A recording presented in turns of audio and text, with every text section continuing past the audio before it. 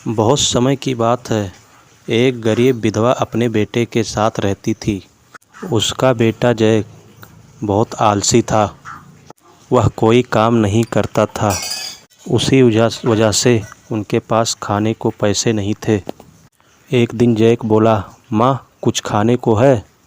दिन गुजरते गए और वे लोग बहुत गरीब हो गए। एक समय ऐसा आया कि उन्हें अपनी गाय मिल्क वाइट भी बेचनी पड़ी। जैक की माँ ने उनसे कहा कि गाय को बाज़ार में ले जाके सबसे अच्छे दामों में बेचना, शायद फिर वो कुछ खाने के लिए खरीद पाते। बाज़ार जाते समय जैक को एक अजीब दिखने वाला बूढ़ा आदमी मिला। बूढ़ा आदमी जैक से बोला, मेरे बच्चे, अगर तुम मुझे गाय दोगे तो मैं तुझे इसके बदले काफ़ी कीमती सामान दूंगा। जैक ये सुनकर बहुत खुश हुआ। बूढ़े आदमी ने 5 बीन्स अपनी जेब से निकाल के जैक को दिया।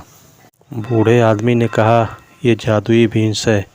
जैक को पहले तो विश्वास नहीं हुआ, पर वो बूढ़े आदमी ने कहा, सुनो मेरे बच्चे, तुम एक अच्छे और तेज लड़के हो। ये जादुई बीन्स ले लो, तुम्हें अफसोस नहीं होगा। जैक ने उस बूढ़े इंसान पर विश्वास किया और अपनी गाय मिल्क वाइट उस बूढ़े इंसान को दे दिया। अपने काम से खुश होकर जैक घर की तरफ दौड़ा। जैक, माँ देखो मैं क्या लाया हूँ। जैक को इतना खुश देखकर उसकी माँ को लगा कि गाय बहुत अच्छे दाम में बेचकर आया है। जब जैक ने अपनी माँ को जादुई बीन्स दिखाई तब वो बहुत नाराज़ हुई और उस जादुई बीन्स को गार्डन में फेंक दिया और जैक को अपने कमरे में जाने के लिए बोला। सुबह जैक अपनी खिड़की से बाहर झाँका तो वो हैरान हो गया। उसके खिड़की से अपने कमरे से देखा कि एक पौधा बहुत तेज़ी से बढ़ रहा है। ये ना तो कोई साधारण पेड़ था, न फूल, ये जादुई बीन्स का पेड़ था। जैक ने उस विशाल बीन्स के पेड़ पर छलांग लगाई। जैक उसके पेड़ पर सीढ़ियों की तरह चढ़ने लगा। कुछ देर चढ़ने के बाद उसने अपने आप को एक अजीब जगह पाया। वहाँ सब कुछ बड़ा था। उसने फूलों के किनारे एक बड़ा घर देखा, जिसके रास्ते वो जैक घर की तरफ पहुँचा और दरवाज़ा खटखटाया।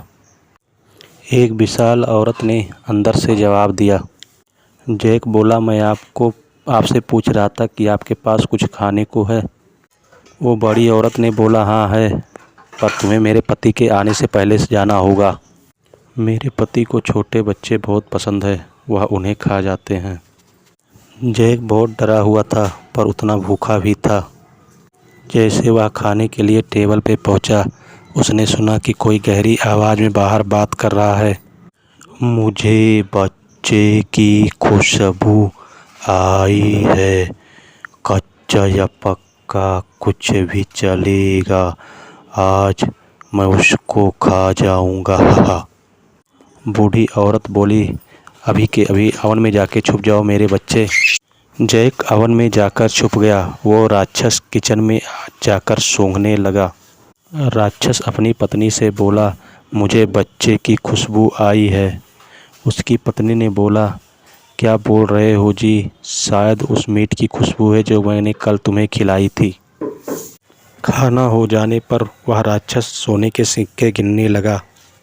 कुछ देर बाद वह गिनते गिनते थक गया और सो गया। जैक अवन से बाहर आया और उसने सोने के बैग को लिया और बीन्स के पेड़ के नीचे फेंका और वह पेड़ से नीचे उतरने लगा।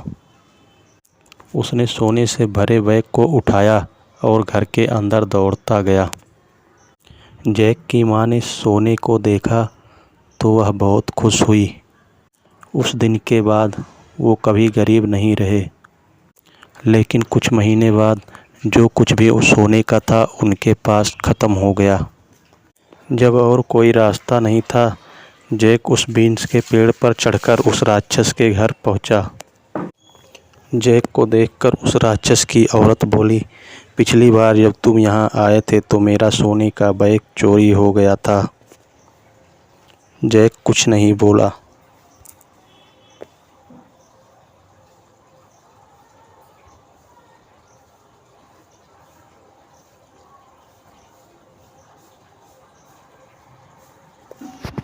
तब हमारा एक सोने का बैग चोरी हो गया था, पर फिर भी उसने जैक को तो बचाया। देर में राक्षस घर पहुंचा। मुझे बच्चे की खुश। तब हमारा एक सोने का बैग चोरी हो गया था, पर फिर भी उसने जैक को प्यार से अंदर बुलाया।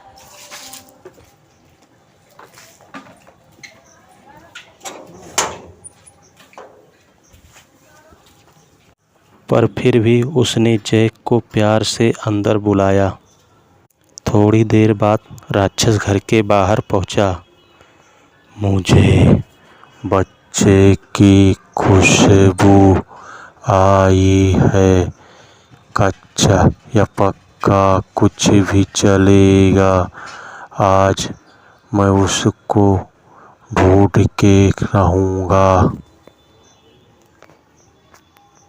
राक्षस का आवाज़ सुनते ही जैक ओवन में जाकर छुप गया। खाना हो जाने पर राक्षस ने अपनी पत्नी को मुर्गी लाने के लिए कहा। जब पत्नी मुर्गी लाई, उसने उस मुर्गी को अंडा देने के लिए कहा।